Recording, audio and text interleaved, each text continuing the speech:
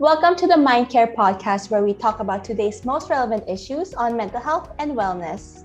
This is episode 10, Willpower. We're your hosts, JT and Janine. It's been 2 weeks since we aired episode 9, which was about goal setting for yourself.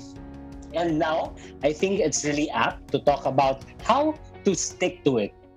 So I'm taking it you haven't been able to do that. Oh, yeah, I've had my difficulties as well. But luckily, we have with us today our counseling psychologist, Mr. Jose Rafael Doval Santos, who we usually go Hi. to for the latest recommendations on books and podcasts, but of course for counseling clients regarding personal life transitions and more. So thank you so much for joining us today, Sarah. Thank you, and nice to meet everybody who's here. We understand you're a big fan of some great authors. So, great authors is an interesting way to put it because prior to me being a psychologist, I was studying literature and creative writing. But Really? but in terms That's really of interesting. like the literature regarding psychology and like what we're talking about today, motivation and willpower, I have like three favorite sources that I go back to. So one is Dr. Kelly McGonigal. She's a health scientist. She's been working on human willpower, human um like the ability for people to get stuff done. And her book is Willpower Instinct, published in 2011. The other is a little much older. Dr. Carol Dweck, her work on growth mindset and being able to, especially with children in the education sector, she is working towards like it's a lot about how people are able to like harness their mindset to get stuff done. So mindset, the new psychology of success. That's one of her very important books, and the latest in at least the cutting edge in the field would be at Dr. Angela Duckworth's Grit, about how we are able to why grit is valuable and how hopefully we can get some ideas on how to harness it and develop it in people. And actually, that would be quite perfect because right now, JT and I guess a lot of us are struggling with sticking to our New Year's resolutions. So, without further ado, Raph, please sprinkle us with some of your motivational power so we can get through this Sprinkling. together. So be it. Okay. So a couple of things you have to remember that when we talk about sticking to our resolutions, sticking to the things that we want for ourselves, a lot of this work isn't something that I'm just gonna read a book or I'm gonna watch a YouTube video and then ta-da, I'm better at it. It's something that we tend to do in session. It's something that when you talk to a psychologist or a counselor, it's something that it helps you. It's something that you will be working continuously for a bit of a while. So do not expect that after listening to us talk, I know the answer. No, they're not gonna have that. Okay. So when we ask ourselves, but it's happened a lot, especially in the pandemic. People have been asking me, I feel I've lost my motivation. I feel lost. I don't know what to do. I feel like I used to be able to do stuff. Then post pandemic, I am stuck. I don't know what happened to me. What's changed? And people forget that, first of all, there's more to just, there's more. The pandemic is a factor. There's no denying that. Second is that we have to remember that to be able to persist through challenges, there's more than just, oh, I want to do this. There's layers to it. So let's look at some key definitions. There's idea of like the willpower. Willpower in simple terms is your ability to exert effort on yourself to get stuff done. And if you don't have that in particular times, then you won't be able to get anything. You won't be able to hold on to and willpower has components like Dr. McGonigal wrote.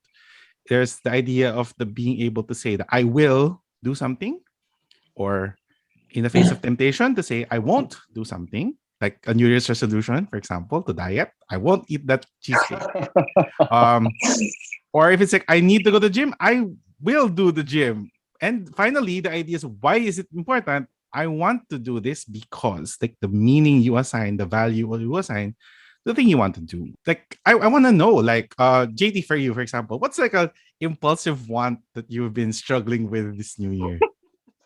There's a lot of things I want to do as a person. I think I'm a very impulsive uh, guy. sometimes I just want to take a trip.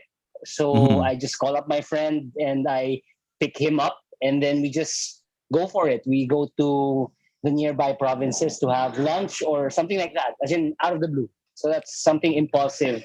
Why is this a bad thing? It sounds like a lot of fun. Is it or Yeah. is it more of like I wish I was more purposeful when I do these things as opposed to carried on by something? Is that why it's like it's a willpower question for you, JT? Perhaps. When we talk about having willpower in terms of, like, for example, New Year's resolutions, for me, it's like sometimes I see this really delicious chocolate cake and then I'm thinking to myself, okay, I want this and I am definitely going to take it because I deserve it or something like that. I don't know if when it comes to other people with diets, if it's happening to them too. It's okay, Doc Janine. That's very relatable, and it's very relatable. But yes, you are correct. Like when we think about willpower, it's often framed as a battle almost, right? We always say like, "I want this, and I have my good reasons for wanting it. The cake is delicious. The trip out with my friends, when my friends ask me to go out, it's fun. I want to do this." But at the same time, we also have other reasons to say no. I have to stick to my diet. I promised that I wouldn't go out. I Mhm. have to observe pandemic rules. I shouldn't go to some random place to eat. We have to be able to consider that there's a choice between two good things. It's good for us in the Mm. moment, but not in like long term idea. So It's like a dilemma. yeah. So Mm. like just like we're basically summarizing almost the book. One of the important things we understand about willpower is like when you're choosing between these good and bad things, it's like it's important to remember and to be like catch ourselves in that moment. Mhm. Of these two things? We pause and then we sort of plan out what we want. Like we see that there's an internal conflict, and then we have to decide like which one of the two is more important for us, which is the greater value, because they're both good things. We see cake, we're excited, we want to eat it. We feel hungry when it's not really time to eat. But then to be able to be self-aware and know that, wait, I don't need to eat this now. If we're Mhm. able to pause, we're able to pause ourselves and able to say, like, okay, you know what? I don't need to jump at this cake. I can like get it later after done my workout. Yeah, and that's actually quite interesting because when we look at how the human body works, the moment we take time to pause and plan instead of just gunning for that cake or something, your brain's actually like making some reactions to help regulate and lower things like your heart rate, your blood pressure, breathing, and other bodily functions. And it's basically telling you to relax. And I understand that helps with having more willpower. Is that correct? Yes, it is. Mm. Let's take a different example. In clinical practice, sometimes people come to us and say like, "I have anger issues. I lose Mm. my temper. I fly out of control. I swear at people." And it's like, why do you need to swear at people? Says I don't. But in this moment, I don't have a lot of control. I I can't apply the willpower to not swear at this person. I just lose it. And then sometimes I have to remind them like, if when you're in that moment, your body is responding to a stressor, and yet it Mhm. makes us do bad decisions. So Mm. willpower is helpful here. It is also not just in your mind, it also has elements in your body as well. Okay, so that's something I didn't know, that you could correlate stress to willpower, and when you're stressed, you would have essentially decrease of your willpower. So, are there any basic tips that you could give us so that we could be less stressed and have a lot more willpower? Yeah, there's lots of things that we have to remember, that when you are stressed out, when you've had a long day, your willpower is less strong because you've been spending that willpower getting stuff done all day. Whether Mm. it's I was able to cook for the family, I was at work, I got to wash the dishes, etc. That's you spending willpower. What more for doing things that you know are good for you? Like, I'm going to go to the gym. I'm going to not eat the cake. I am going to, um, choose to commute instead of driving so I can save some gas. Stuff like that is you. These are moments where you are using up some of that energy, but over time, your body is not going to be as like tip top shape because it's spending that energy for the productive or the effective things that you want. And so by the end of Mm-mm. your day, you might not have as much willpower, and that's okay. So I have to like part of that is first is like to remember that you need to refuel this willpower. It's a resource that you need to replenish. So Yeah. some people do that. They say like get some good sleep, meditate, pray, whatever it is that helps you feel like you are no longer running on empty. This will Mm-mm. help you be able to uh, activate your willpower better. I also tell people like when you try to rest or when you try to exercise, actually exercise is a part of rest for some people. I tell people different Mm. stress needs different rest. If your if your day is spent looking at a computer screen working from home, watching Netflix on the same computer screen is not restful. It's just more computer screens. So rest your eyes, lie down. Maybe that's a better rest version for you. Or you're sitting down, go exercise, get walk the dog, do something that is um that mixes up your day. That way, when you go about the rest of your day and you're able to tackle some of your stuff, you have more willpower to spare. That's true. And I guess in a way, it helps us understand also how we should strategize in terms of, Mhm. I guess, like how we want to go about our New Year's resolutions. If, for example, the goal is to do certain things that take a lot of energy from us because we're not used to it yet or we don't fully enjoy it yet, then maybe having it earlier in the day when you still have the energy could help. Y- Yes. I Yeah. also like to think of like you can look at it partly like a mindfulness exercise. Like notice what it is that you do spend your willpower on. Are you struggling with a thing and is it not bearing fruit for you? Are you better served exerting that energy somewhere else? So, for example, Dr. McGonagall likes to talk about, say, a willpower exercise. The idea of like uh, picking something that is important to you, like one thing that you will do, that your I will.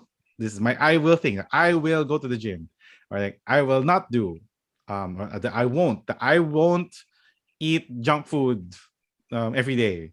And then part of the goal is that you need to be able to keep track of how well you're sticking to these two like challenges or these two exercises. So let's say you go about one day, you go like, I will go to the gym. Okay, so I'm gonna see, am I able to do it? How often am I doing it in a week? How many times did I give in to the I won't? Did I actually order junk food on have it delivered to me? It's too convenient. I'm gonna eat. I don't want to cook. Then did I give in to that? And you go like, if I'm not mindful of these things, I'm not gonna notice that. Oh, I don't know. I'm sticking to my diet, and then next thing you realize, where does all this garbage come from? Why are there so many plastic bags of right? And then and you don't want that, right? So that idea of like to be able to track it, like okay, Mm-mm. this day I went. How many times did I go to the gym? Okay. This month I did it this times, or this week I'm going to be able to notice the decisions I make related to the challenge that I set for myself. Mm-mm. Now, if you can catch yourself early in the process, like you notice your thoughts or your feelings about like, hey, I'm I'm not sticking to my diet, something's not working, then you have to be able to maybe change something about it. What are the skills that you still need to work on? Is it self-control? Is it focus?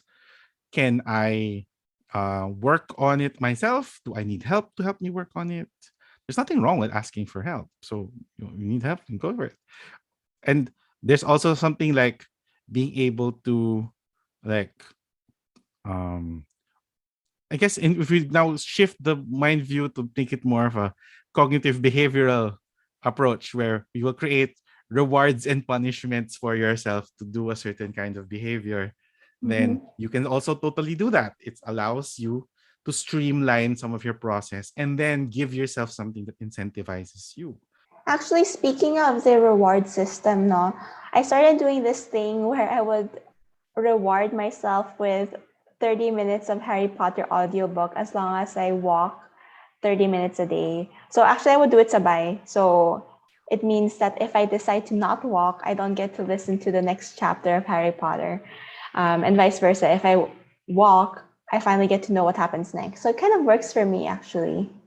All right. This is like a very simple challenge, all because I like to think of it like there's a hump on the road, or like there's inertia that keeps you from making this boulder of this challenge in your mind from rolling along more smoothly. And it's like you just need like this little thing.